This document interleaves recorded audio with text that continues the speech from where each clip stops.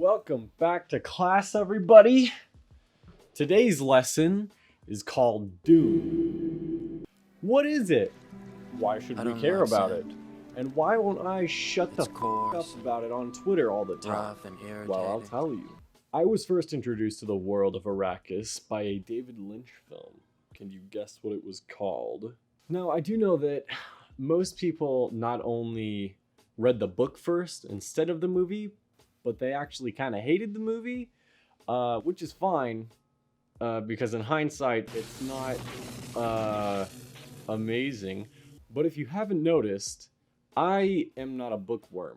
I am a human man, and I'm a human man who likes David Lynch films. I'm a huge fan of Eraserhead, and I really like the earlier seasons of Twin Peaks.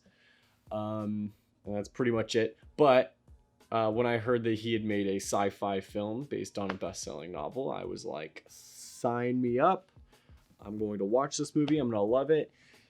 And it was pretty good. What's wrong with Gurney? He's not making this. No. It has a lot of dated effects and like flat, like boring crap in it, and a confused plot and kind of like really hokey stuff in it.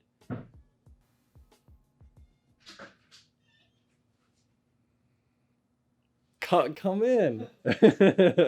Welcome to the set. Thanks. Did you just borrow? Yeah, I used the broom, okay? But yeah, besides that, C+ film. Pretty solid. Never watched it again, but I was entertained kind of movie. But of course, when it comes to the book written by Frank Herbert, that shit's a straight A+. Bang up job. See me after class. Sport. But of course, some people watching this may not have seen the old movie or read the book. So I'll give you a brief synopsis of the book to kind of give you the center plot that we're talking about. So Paul Atreides, who's the prince of the House Atreides, because in the future humans have taken over the galaxy and houses are what rule the galaxy. It's like this really royal Machiavellian type stuff. He is set, like tasked to go to Arrakis to look into the spice mines. The spice is what allows people to, when people, they snort the spice, and it allows them to use their mind at like an ascended level.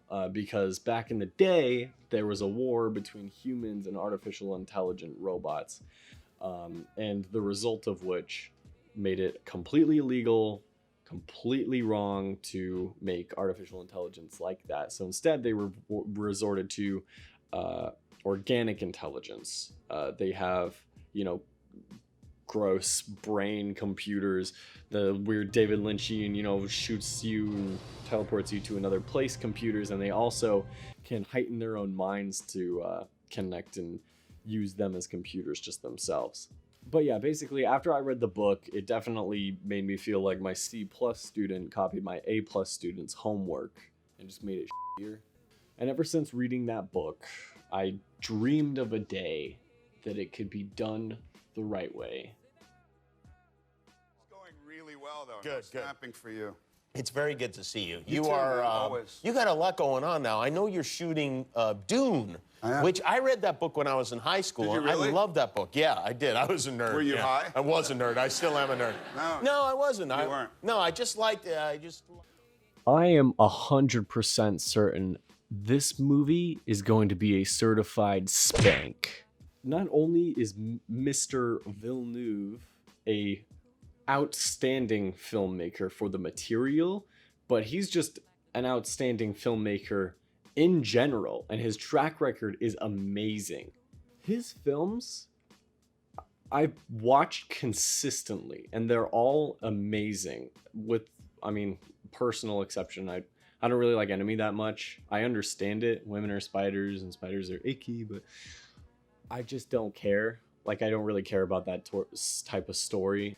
He's done everything from crime thrillers with Sicario to intense, like, mind-bending sci-fi and epic, dramatic like heady themed movies. Honestly, if you haven't seen the Blade Runner 2049 remake, I highly recommend it. It's one of my favorites of the modern day. You would be committing an actual felony if you said that movie's effects looked awful. If Denis Villeneuve gives David Lynch's Dune the Blade Runner makeover he did for the original Blade Runner, and yes, makeover. The original Blade Runner was boring, and the effects, were outstanding for their time. But I honestly think the movie he made was also that way. If he pulls the Blade Runner makeover that he did to the original Blade Runner on the original David Lynch Dune movie, then this Dune movie that he's making is going to bust the motherfucking blocks like its name is Minecraft. And the casting is just, it's pretty good. Paul Atreides is going to be played by Timothée Chalamet, who looks like he just drips with privilege.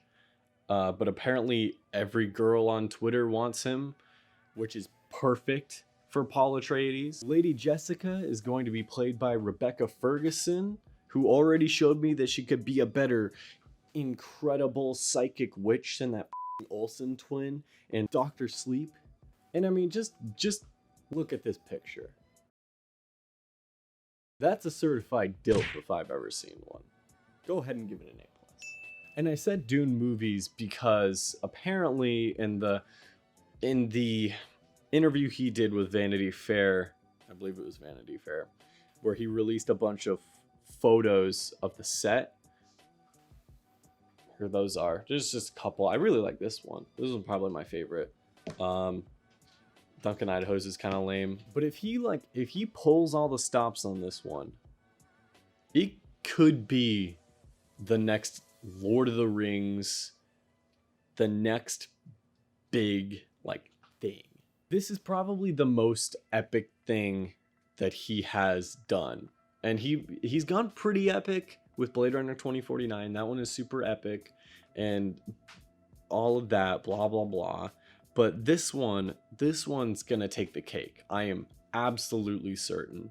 Especially if he's going for multiple, it's gonna knock everyone's socks straight off. I've been anticipating this movie ever since Josh Brolin spilled his beans to the Halloween candy guy. And when it comes out, when this movie comes out, you will all look to me like the gosh damned Rain Man of film that I am, or it will suck. Class dismissed.